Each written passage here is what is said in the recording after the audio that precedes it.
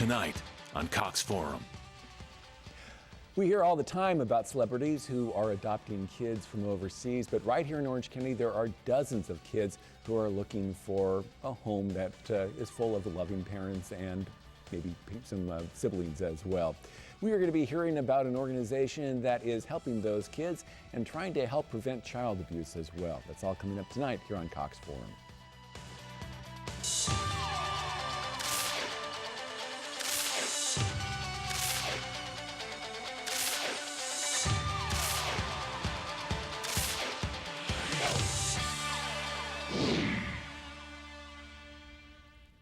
And in this first part of the show, we're going to be focusing on the work of the Children's Bureau. And we have Janie Willicke from Children's Bureau with us. She is Director of Development, and Alex Morales is the President and the CEO. And we're going to be hearing from them right after we take a quick look at a video that tells us a little bit more about what the Children's Bureau is all about.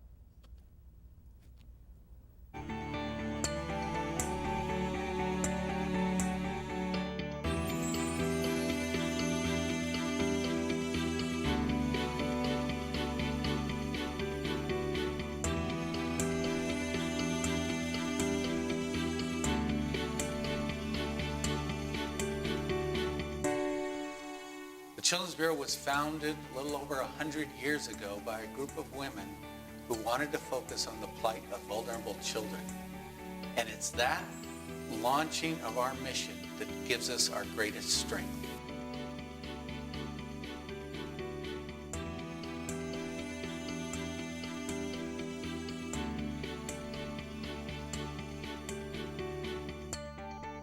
We came into it just to do foster care. We did not come into it to adopt, and because we have 4 children of our own. And so Adrian was our first placement, and when he came up for adoption, we couldn't let him go. We fell in love with him.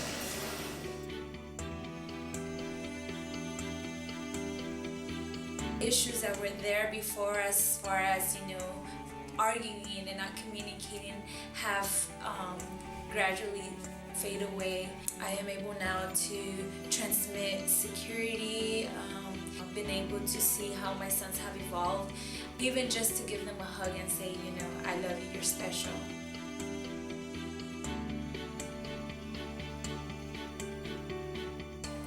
And like I say, we spent like 4 months looking for somewhere. It had to be cost effective, and because we are a low income family obviously, and when we found the Children's Bureau, it honestly changed our lives. And the lessons that are learned by Miracle and by Melanie have helped us as parents. It's helped Miracle grow as a child. I mean, her development is off the charts already. To make this difference in this community, the Children's Bureau helped launch the building of a new center, the Magnolia Place Family Center. And this is a wonderful hub to support this community. And we think the key to it is helping give families themselves the education, the social connections, so they can reach out to their neighbors, and in turn, they will impact and be the ambassadors of this change. It's a huge investment of effort. It's a huge building upon the existing assets in this community, but the difference will be also enormous in terms of the lives that will be changed. We have to stop this. We don't want this to continue for the next generation. We have to break this cycle. We are our children's role model. We want you to find ways to follow us and support us in what we think is a promising new era for helping families have success.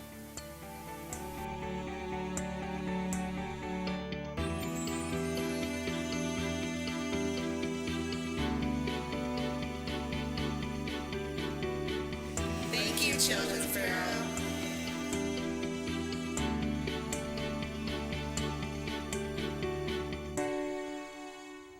Alex, in the video, you mentioned that Children's Bureau has been in existence for about a century. How long has it been working here in Orange County?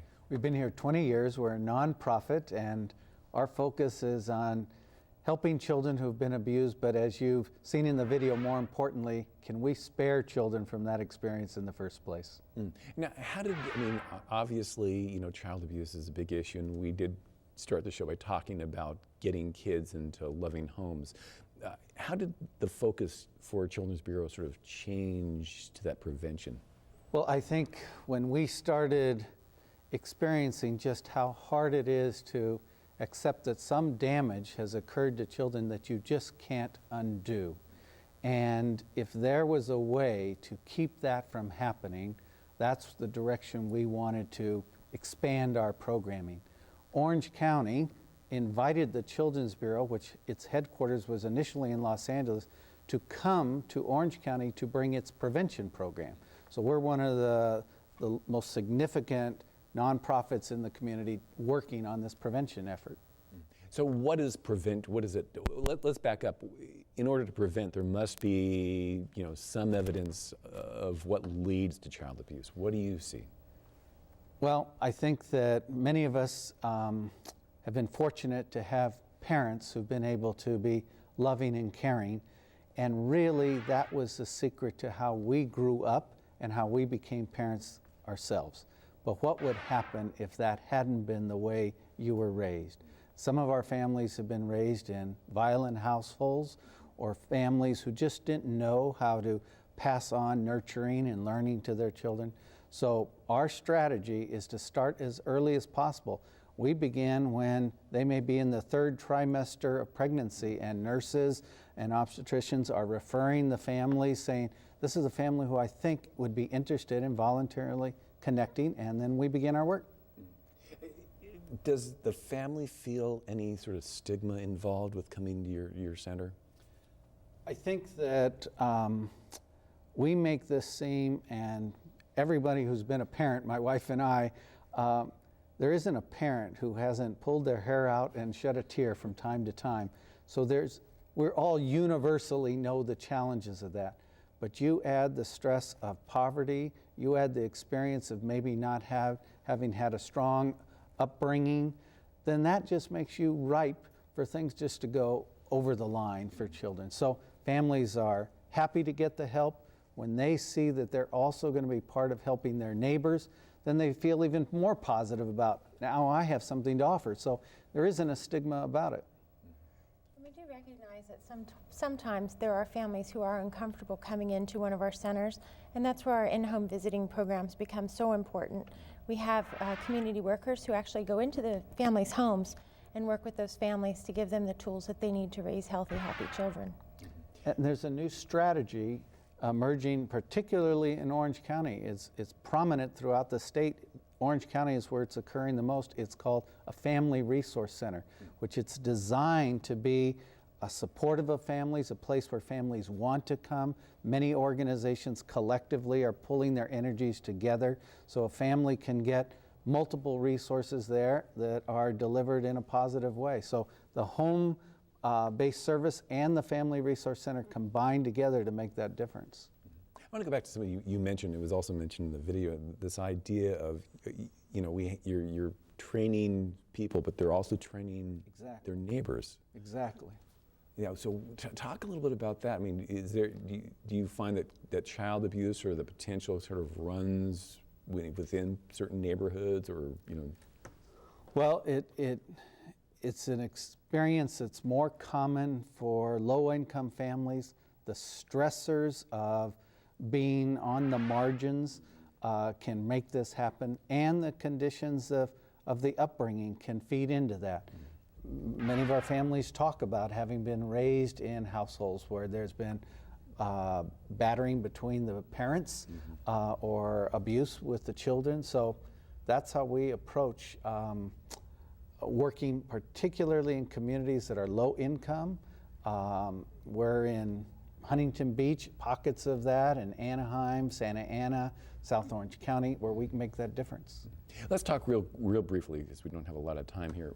The other side, when prevention just doesn't work, and you have lots of kids who unfortunately are now out there and looking for a loving home.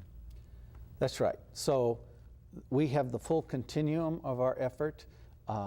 We work to prevent, but if that doesn't work, then we help children with therapy to heal the damage. We help them through foster care. We help them find new families to step forward to be adoptive parents, particularly not infants, but those children who are older, have siblings. We're looking for adoptive families who will come forward and say, I wasn't there in the beginning, but I'm going to make a difference now. And so that's how we ask people to get involved. What kind of people are you looking for? Well, people with a big heart, people who are accepting that they maybe didn't start from the beginning, and that's hard. A lot of people say, well, I want to adopt, but I just want to begin with an infant.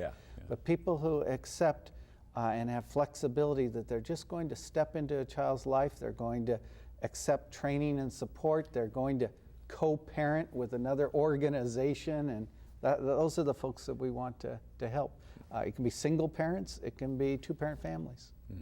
But the idea is you're going to be alongside them during this whole process as well. Exactly. Yeah, you talked about the whole process of co-parenting. If we're going to be talking in this next segment about a fundraiser that you've got coming up here and how people can help support it, but how can people get more information about your organization? Well, the website, the all4kids.org, gives people a great picture of what's happening and ways to get involved, from volunteering to becoming adoptive parents to spreading the word that there are solutions that can prevent. These are different things that people can do to make a difference.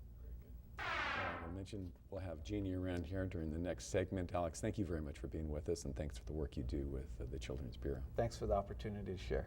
Don't go away. We're going to tell you how a $10 ducky could help you win $1 million.